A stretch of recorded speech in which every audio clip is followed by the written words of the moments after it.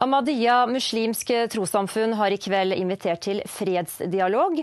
Bakgrunnen konflikten mellom Israel og Hamas. Trossamfunnet ønsker å bringe folk sammen på tvers av religioner for å oppfordre til fred. I kveld her på Furuset så folk fra forskjellige trossamfunn invitert til en fredsdialog. Det prester som invitert, og politikere blant annet. Hvorfor ønsker dere en fredsdialog nå?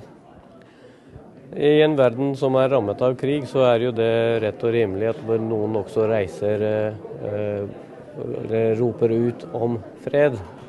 Og dette jo noe vi har holdt på lenge. Vi har hatt en del fredskonferanser opp gjennom årene. Dette et arbeid som vi synes viktig og vil fortsette med. Dette en fredsdialog som handler om konflikten mellom Hamas og Israel. Ingen norske jøder som på panelet her I dag. Vi har invitert det mosaiske trossamfunnet, men de hadde ikke mulighet til å møte opp, dessverre, av sine egne årsaker.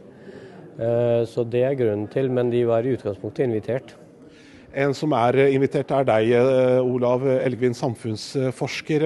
Hvordan kan dialog brukes for å fremme fred, hvis vi tar det ned I vårt eget samfunn?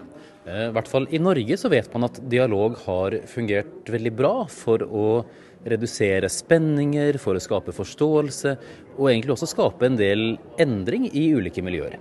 Så dialog kan absolutt ha en funksjon. Det ikke alltid det virker. Jeg tror for eksempel ikke at det på en måte kanskje dialog som trengs mellom Israel og Palestina.